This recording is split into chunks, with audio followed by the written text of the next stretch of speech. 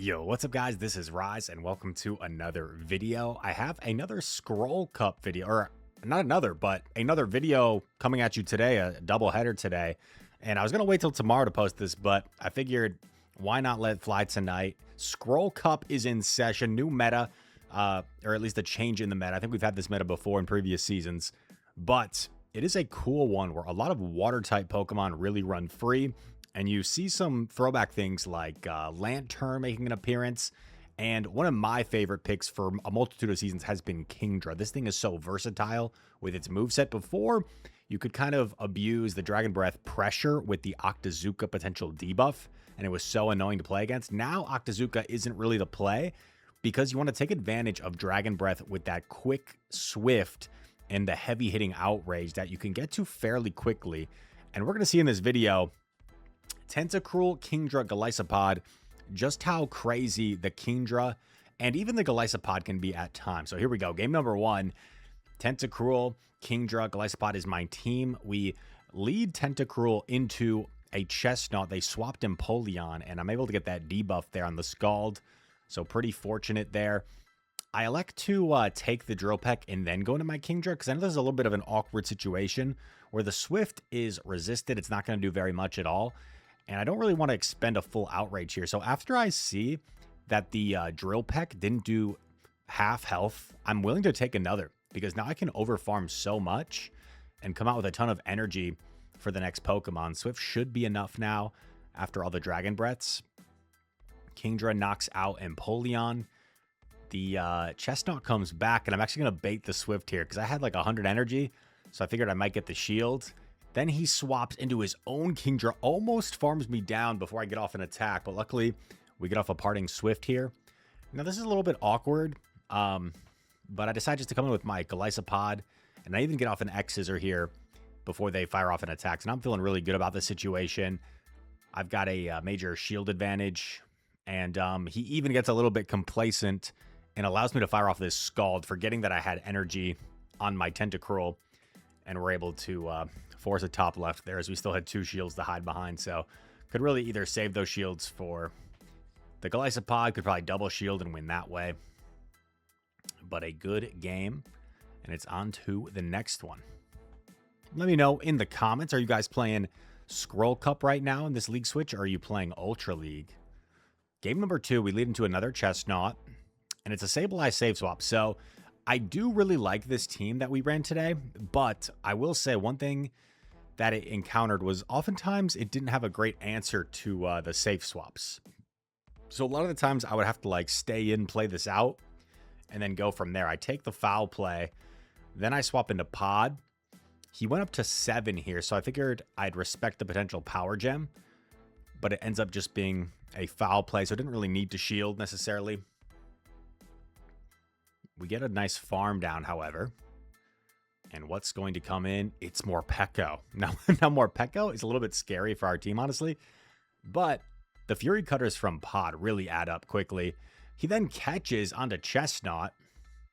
And I was kind of hoping I would grab a shield here so then I could like maybe farm down with something. But no, he lets it go instead. And I fire off another X-Scissor. This Morpeko is building up a lot of energy, which is definitely concerning. But I'm just hopeful that I have enough fast attack pressure at this point to deal with it. I decided to let it go. And then I actually come in with my Tentacruel, I believe, here to do some acid damage. And I even make a catch here, hoping that this is a Psychic Fangs. And it is. And that should really seal the deal for us. I think we probably would have been fine without that catch, so not like a huge deal, but just kind of seals the deal for us. Not a huge deal, but it seals the deal. If only we had a seal on the team, or a Sealeo. Sealeo seems really good lately. But a 2-0 start to the set. And we're going to go for the next one. I got my Green Bay Packers hoodie today. Go Pack Go. We got a big win over the Bears. And this Latin American International Championships hat is also green. It kind of like fits with the Packers hat. Okay, tough lead, Gastrodon. So if we see a Gastrodon, we safe swap the Kingdra. And this is where Kingdra, you're going to see, can be really crazy as a safe swap. So I think I went slightly over 100 there, a bit of a mistake. But I throw my outrage. Outrageous damage. And I get off another one here before Mandibuzz even fires off a charge attack. And they do shield, so they did realize that I got there. And at this point, I'm just going to let this go because I feel like once I've lured out Mandibuzz, hopefully my Golisopod is really good. So I come in with Tentacruel, Squidward Tentacles, and we're just going to absorb all this. This is not going to be comfortable because I'm going to take quite a bit of damage here. I'm definitely going to take 2 charge attacks before going down. But once again, I feel like this energy and my shields for Golisopod is going to be the best win condition. I expected him to maybe do this, like quick swap into Gastro, but I was pretty confident I could live at least 1 Mud Slap. So I'm able to land that and also bank a Scald for later if we need it, which is pretty nice.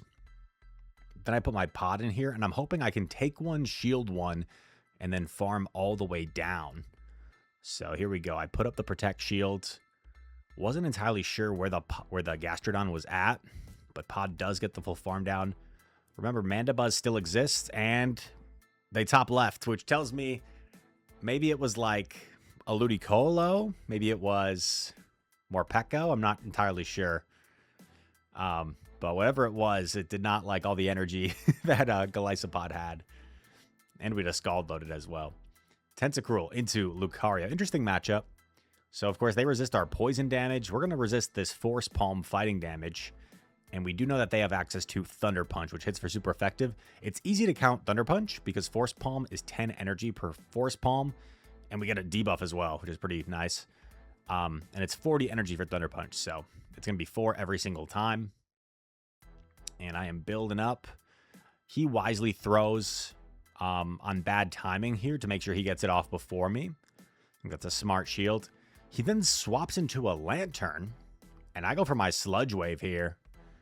Bang, big damage. And that's going to make this a little bit more comfortable for my Kingdra. Now, I kind of forgot about, like, Lantern counts, honestly, because I forgot the Spark nerf, how much energy it is. And I believe it's 7 energy per Spark, so, like, the same as Counter would be. But it just does a lot less damage. So I farm up a ton. I go for Swift. And I throw Outrage here against Lucario because Swift would not do that much. Outrage would probably KO. And I get farmed down. Lucario. Gonna fire off the Thunder Punch. I wanted to go for a catch there, but I just felt like it was kind of risky. I shield the Thunder Punch. And it's Gastro in back. So once again, Golisopod putting in a ton of work. Finding a good matchup in the back for us.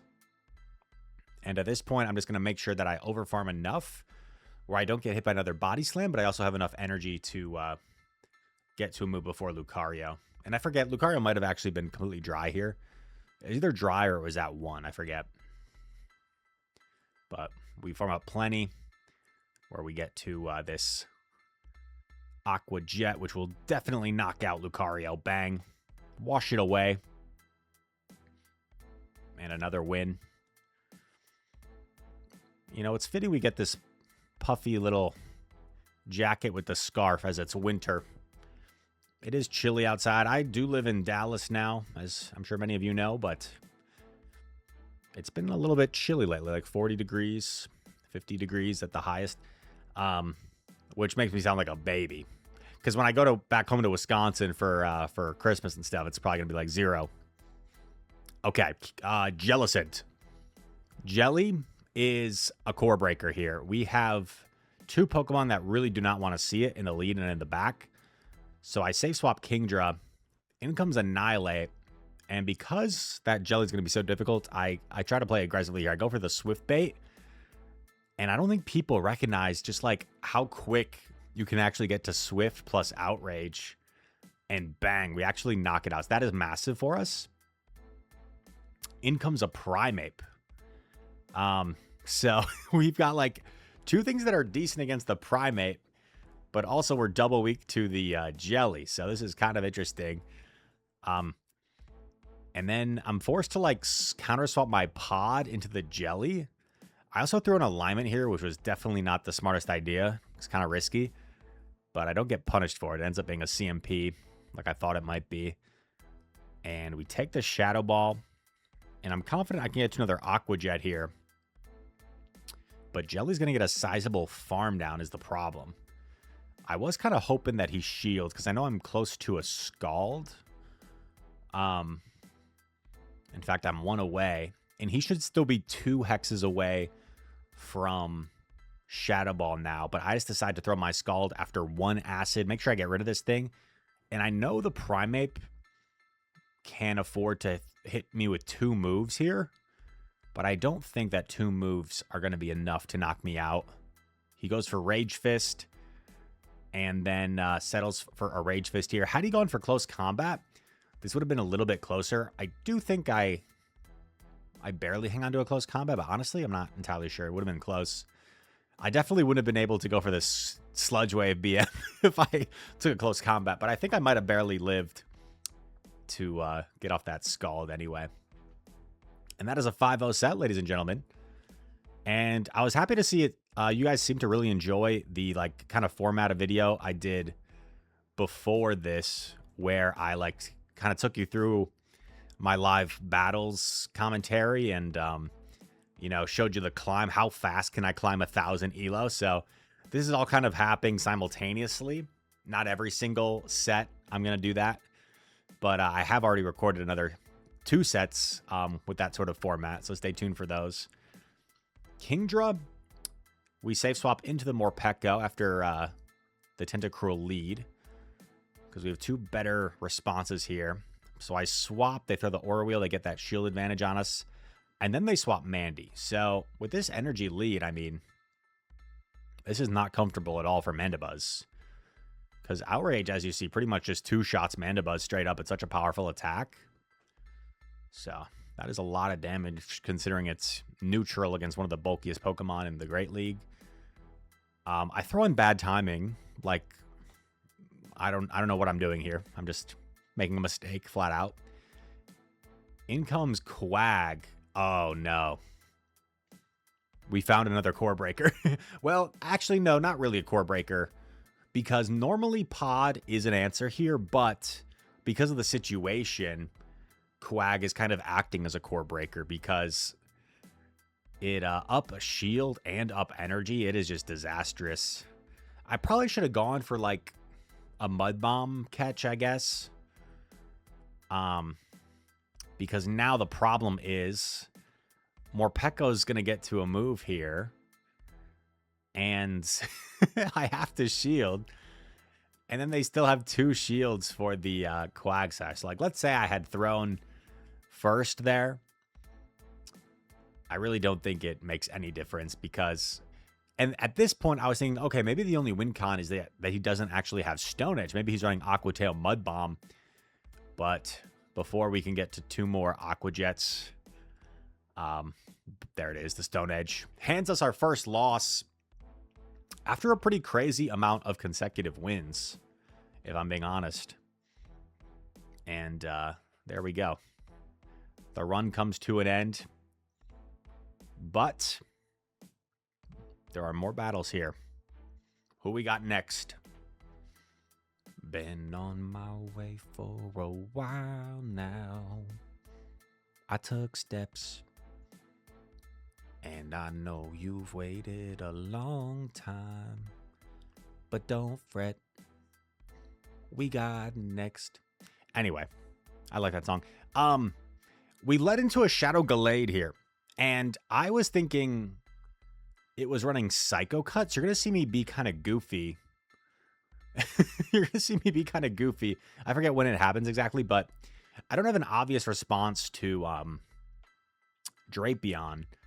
So I play this out for a bit, and then I go Kingdra. Now, had I been a little bit smarter here on what the Gallade was potentially running, I probably would have come in Pod instead, but it's a Charm Gallade. Charm Gallade. We get a shield from the Swift, which is nice. Just barely don't get to another Swift.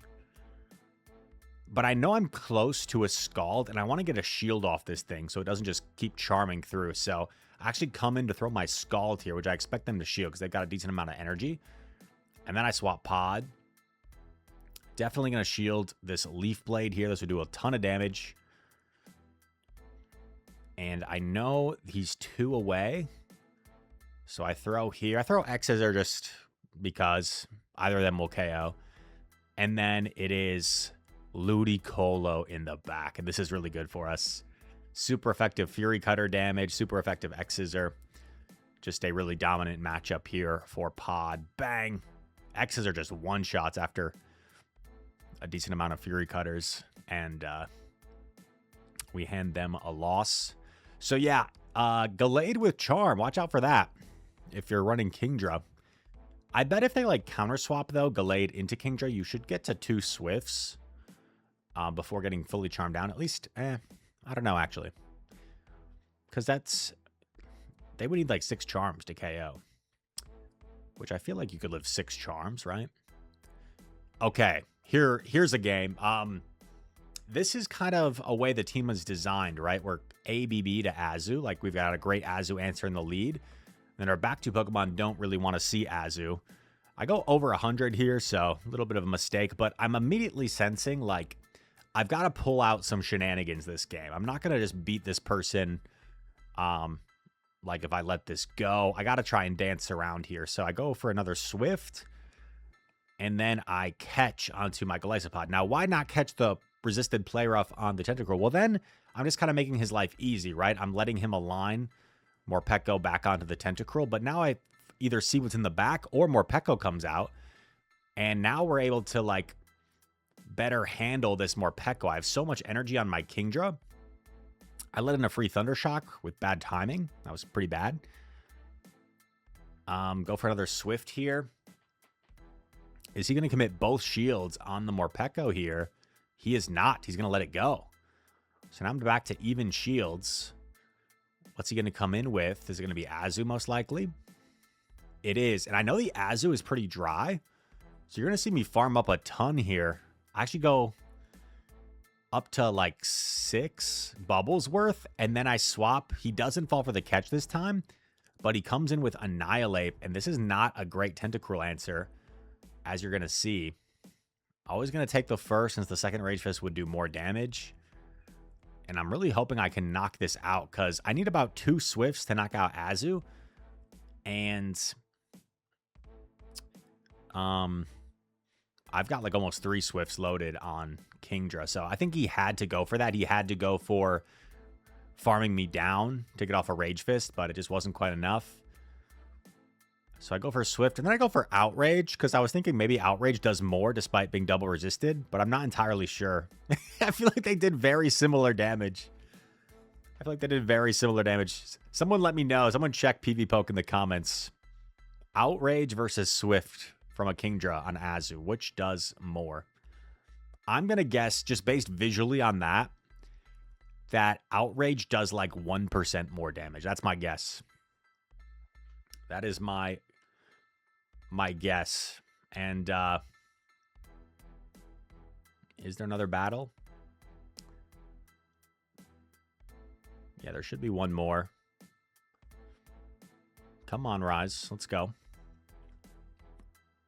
Yeah, I think this is the last one of the set. 3-1. Can we make it a 4-1?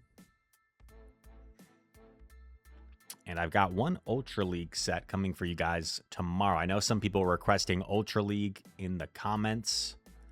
So I've got you. Ludicolo dancing, looking happy. They swap in Lucario. And yet again, a common theme is I don't really have an obvious counter swap here, since I'm not running like a Gastrodon. So he fires off the Thunder Punch. Does quite a bit of damage. I decide to fire off the Scald. And he actually doesn't shield, which kind of caught me off guard. I go then into Pod. But maybe I should have gone Kingdra, because if I go Pod, there's no way he's going to come in with Ludi. And then Empoleon reveals itself. So suddenly I'm feeling a little bit uncomfortable. But what is good for us is we're ahead in this matchup. So being ahead, we're going to be able to put the pressure on Empoleon here. And these one-turn Fury Cutters are adding up a little bit, kind of putting it into like double Aqua Jet range. And Empoleon puts up the shield. I'm going to shield here. And because I know that I'm ahead, I'm kind of being patient here in case of a catch. And there it is. And now we're just in a really commanding position, honestly, because I think we're going to get to 2 X Scissors before he gets to... Oh, he just lets it go. And this is just Weather Ball, so I should live this. No need to catch. And then I'm just going to throw a parting Aqua Jet here. And Polion kind of has to shield, and we still have a fully healthy Kingdra in the back where we can just go for Swift. And as we're going to see, not even 2 Dropeks would knock out here, so we're in a pretty comfortable situation. Kingdra. Rise. Should I run Shadow Kingdra instead of regular Kingdra? You can. I think Shadow Kingdra has merit, but it seems like a lot of matchups, this bulk helps the regular Kingdra, where like that you can take 2 Dropeks if need be from Empoleon. And there you go. 4-1 set. Reminder, we had fallen to get better queue times on Sunday and Go Battle Day to just over 1,500 ELO. And in a matter of 2 days, we're back up into the 2,200. So pretty cool. I hope you guys enjoyed this video. If you did, make sure to leave a like, subscribe to the channel. If you're new around here, comment down below. All your comments are appreciated. Share it with your friend Mary across the street. And all that said, you little rascals, thanks so much for watching. I do really appreciate it. And I hope to see you in the next one. Peace.